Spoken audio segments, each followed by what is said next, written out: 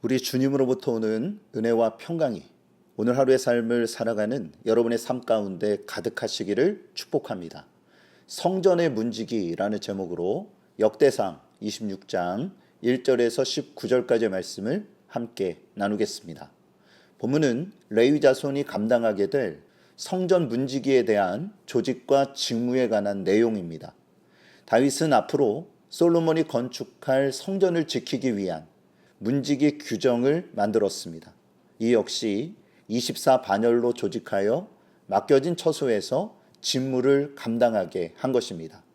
그렇다면 본문에서 주시는 메시지는 무엇일까요? 첫 번째는 영적인 파수꾼의 역할을 감당하라는 것입니다. 영적인 파수꾼의 역할을 감당하십시오. 본문 1절입니다.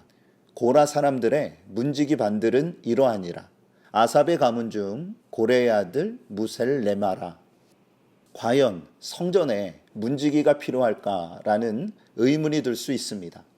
하나님을 예배하는 처소이기에 백성들이 눈치 보지 않고 자유롭게 출입하게 하는 것이 좋지 않을까 생각할 수도 있습니다. 이 궁금증은 성전 문지기의 역할이 무엇인지를 살펴보면 쉽게 해결이 됩니다. 사실 문지기는 군인들의 중요한 업무 중에 하나입니다. 예루살렘 성의 문들을 철통같이 지키며 백성들을 안전하게 보호하는 것이 주요 직무였습니다. 그러기 위해서 누가 출입하고 어떠한 용무가 있는지 파악해야 했습니다. 혹여나 스파이가 잠입하여 중요한 정보를 빼간다면 공동체가 큰 위험에 빠지게 되기 때문입니다. 그래서 밤이나 낮이나 날씨가 좋거나 나쁘거나 계절에 상관없이 맡겨진 장소에서 최선을 다하여 직임을 감당한 것입니다.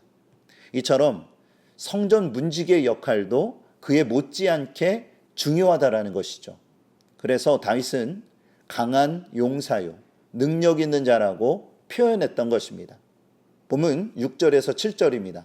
그의 아들 스마야도 두어 아들을 낳았으니 그들의 조상의 가문을 다스리는 자요 큰 용사라. 스마야의 아들들은 오드니와 르바엘과 오벡과 엘세밧이며 엘세밧의 형제 엘리후와 스마기아는 능력 있는 자이니 그들은 레위 가문의 사람들로 군인 출신이 아니었습니다. 그러나 그들의 역할은 영적인 파수꾼이었기에 군인 못지않은 용맹함과 큰 능력을 갖춰야 했습니다. 그럴 때에 세상의 부정함으로부터 성전을 거룩하게 지킬 수 있기 때문이죠. 그러기에 그들이 먼저 거룩하게 깨어 있어야 했습니다. 그러한 사명의식이 없이 어떻게 성전을 지킬 수 있겠습니까? 로마서 12장 2절에 너희는 이 세대를 본받지 말고 오직 마음을 새롭게 함으로 변화를 받아 하나님의 선하시고 기뻐하시고 온전하신 뜻이 무엇인지 분별하도록 하라. 우리는 성전 문지기처럼 이 시대에 거룩한 교회를 지키는 영적인 파수꾼이 되어야 합니다.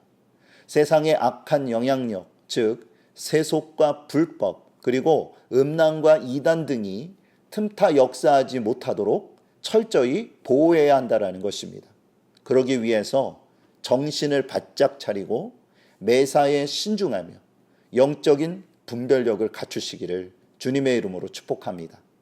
두 번째는 맡은 자리에서 기쁨으로 감당하라는 것입니다. 맡은 자리에서 기쁨으로 감당하십시오. 본문 12절에서 13절입니다. 이상은 다 문지기의 반장으로서 그 형제처럼 직임을 얻어 여호와의 성전에서 섬기는 자들이라 강문을 지키기 위하여 그의 조상의 가문을 따라 대소를 막론하고 다 제비 뽑혔으니 어떤 일이든 좋은 보직과 자리가 있습니다. 특히 어디에 위치하느냐에 따라 능률이 달라지기 때문이죠. 성전문도 마찬가지였습니다. 문지기들이 선호하는 위치가 있는가 하면 기피하는 곳도 있었을 것입니다. 다윗은 이 문제를 말씀에 따른 전통적인 방법으로 해결합니다. 즉 제사장과 찬양대 조직을 편성할 때와 같은 방식인 제비뽑기를 통해서였습니다. 이는 하나님이 모든 일에 간섭하셔서 공정하게 직무를 편성하여 불만이 없도록 한 것입니다. 그러기에 대소를 막론하고 공평하게 맡겨진 자리에서 사명을 다할 수 있었습니다. 이러한 모습은 현대 교회가 본받아야 할 신앙의 정신입니다. 하나님의 일은 거룩한 것입니다. 그런데 어느 순간부터 한국 교회가 명예와 권력욕에 오염되었습니다. 금권 선거와 계파 정치 등으로 거룩함을 잃고 부패하며 타락하였습니다. 그리하여 세상 사람들에게 걱정과 동정을 받는 상황에 이르게 된 것입니다. 우리는 이러한 악습을 철저히 타파해야 합니다. 그럴 때에 성령 안에서 거룩함과 신뢰성이 회복될 것입니다. 무엇보다 사역자들이 맡은 자리에서 기쁨으로 사명을 감당하는 분위기를 조성해야 합니다. 저는 다윗처럼 기쁨과 사모함이 우리 가운데 가득해야 한다라고 믿습니다. 시편 84편 10절에 주의 궁정에서의 한날이 다른 곳에서의 첫날보다 나은즉 악인의 장막에 사는 것보다 내 하나님의 성전 문지기로 있는 것이 좋사오니. 주의 거룩한 교회가 굳건하게 서고 사역자들이 자신의 자리를 기쁨으로 지킬 때에 아름다운 은혜의 역사가 펼쳐집니다.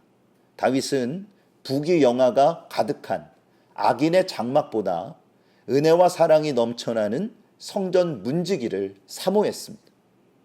여러분은 어떠하십니까? 하나님이 여러분에게 주신 사명의 자리를 믿음으로 지키며 감사함으로 그 일을 감당하시기를 바랍니다.